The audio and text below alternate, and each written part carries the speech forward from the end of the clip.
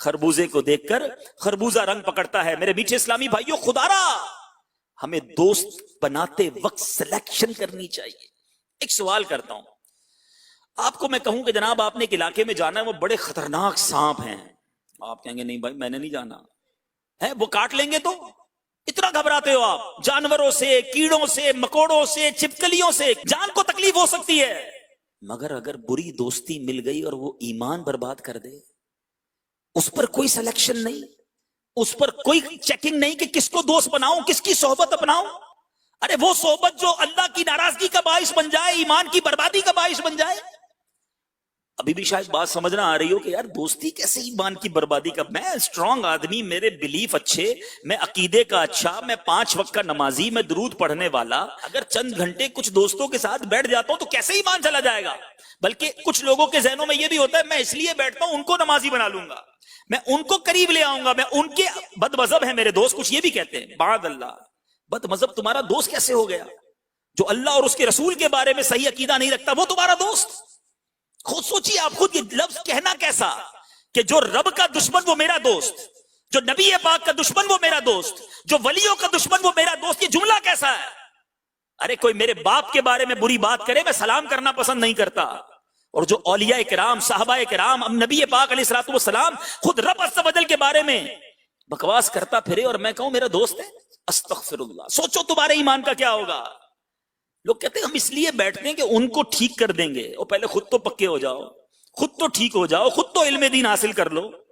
تو یہ بڑی شیطان کا وار ہے، یہ ایسا میٹھا زہر ہے۔ اعلیٰ حضرت فرماتے ہیں سونا جنگل، رات اندھیری، چھائی بدلی کالی ہے، سونے والو جاگتے رہیو، چوروں کی رکھوالی ہے۔ یعنی چوری رکھوال بنے ہوئے ہیں۔ اعلیٰ حضرت نے کمال کا محاورہ استعمال کیا، آنکھ سے کاجل صاف چرا لیں یا وہ چور بلا کے ہیں۔ ارے آنکھ سے کاجل کیسے چرایا جا سکتا ہے؟ وہ تو آنکھ کے اندر ہی ہوتا ہے۔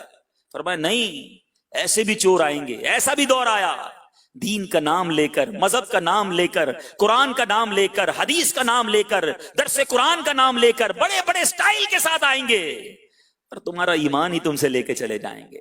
آنکھ سے کاجل صاف چرا لیں یا وہ چور بلا کے ہیں، تیری گٹھڑی تاکی ہے اور تو نے نیند نکالی ہے۔ ایسے وقت میں سوئے ہوئے ہو، ایمان چرانے والے آ گئے، مگر آج کسی کو خیال ہی نہیں۔ ایک فرینڈ سے دوسرا فرینڈ ملا، دوسرے سے تیسرا ملا، اس کا بیک گراؤنڈ کیا ہے، اس کا عقیدہ کیا ہے، اس کے اعمال کیا ہیں، کسی کو کوئی پرواہ نہیں، باتیں بڑی دلچسپ کرتا ہے۔ اللہ کے بندوں یہ سوچو بیٹھے کس کے ساتھ ہو، اس کا عقیدہ کیا ہے، اس کا مولا اس سے راضی ہے کہ نہیں۔ میرے میٹھے اور محترم اسلامی بھائیوں، میرات المناجی میں ہے کہ سانپ کی صحبت جان لے لیتی ہے، برے یار کی صحبت ایمان برباد کر دیتی ہے۔ نبی پاک علیہ الصلوۃ والسلام فرماتے ہیں آدمی اپنے دوست کے دین پر ہوتا ہے، اسے یہ دیکھنا چاہیے کہ کس سے دوستی کرتا ہے۔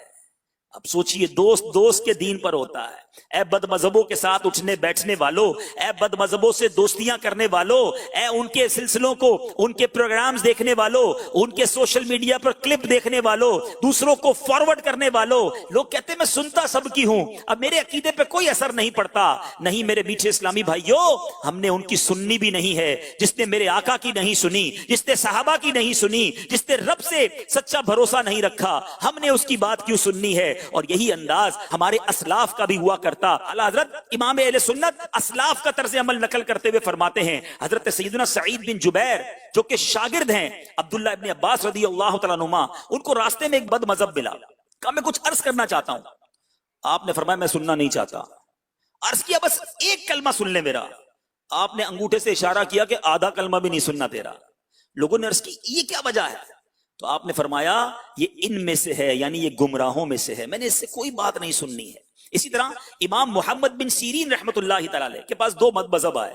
لوگ کہتے ہیں یار قرآن ہی سن رہا تھا نا، میں تلاوت ہی تو سن رہا تھا، تفسیر قرآن ہی تو سن رہا تھا، میں نے اور کچھ نہیں سننا، بس قرآن سیکھنا ہے۔ سنو، ہم نے بد مذہبوں سے کچھ بھی نہیں سیکھنا۔ امام محمد بن سیرین کیا فرماتے ہیں، ان کے بعد 2 بد مذہب آئے۔ عرض کی کچھ آیات کلام اللہ ہم آپ کو سنائیں، صرف آیات قرآنی؟ فرمایا میں سننا نہیں چاہتا۔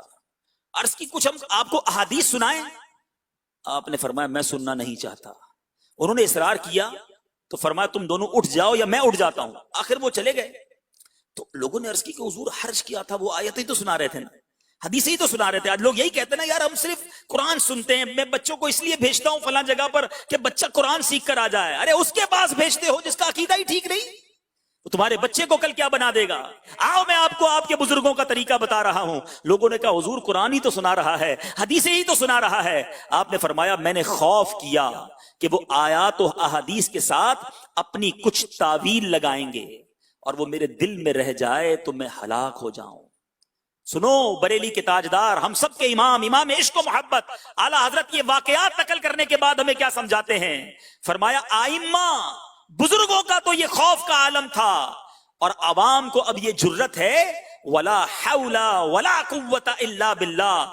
دیکھو امان کی راہ وہی ہے جو تمہیں تمہارے پیارے نبی صلی اللہ تعالی علیہ وسلم نے بتائی. آقا فرماتے ہیں ایاکم و ایاہم لا یدلونکم ولا یفتنونکم, ان بد مذہبوں سے دور رہو اور انہیں اپنے سے دور کرو, کہیں وہ تمہیں گمراہ نہ کر دیں, کہیں وہ تمہیں فتنے میں نہ ڈال دیں. اعلیٰ حضرت فرماتے دیکھو نجات کی راہ وہی ہے جو رب نے قرآن میں فرمائی. اللہ فرماتا ہے 7ویں پارے میں سورہ انعام آیت نمبر 68 میں فلا تقعد بعد الذکر مع القوم الظالمین. ترجمہ کنز ایمان, تو یاد آئے پر ظالموں کے پاس نہ بیٹھ. بھولے سے اگر ان کے پاس بیٹھ بھی گئے تو یاد آنے پر فوراً کھڑے ہو جائیں. اے میرے میٹھے اسلامی بھائیوں, یہ ہمیں ہمارے بزرگ سکھا رہے ہیں. دوستی بھی نہیں رکھنی اور ایسے لوگوں سے دین بھی نہیں سیکھنا. احادیث کا مضمون ہے کہ مومن وہ ہوتا ہے جو اللہ کے لیے دشمنی کرتا ہے, اللہ کے لیے محبت کرتا ہے. ہماری محبتیں اللہ اور اس کے رسول کے لیے ہونی چاہیے. کسی سے دوری بھی ہو اللہ اور اس کے رسول کے لیے ہو, اپنے نفسانی خواہشات کے لیے نہ ہو. اللہ تعالیٰ مجھے اور آپ کو دعوت اسلامی کے مدنی ماحول پر استقامت نصیب فرمائے. یہ لائٹ بلب دکھنے میں تو ایک جیسے ہو سکتے ہیں, لیکن جسٹ آن LED بلب سادھارن بلب کے مقابلے 85% بجلی بچاتا ہے اور سالوں سال چلتا ہے. Just on LED bulb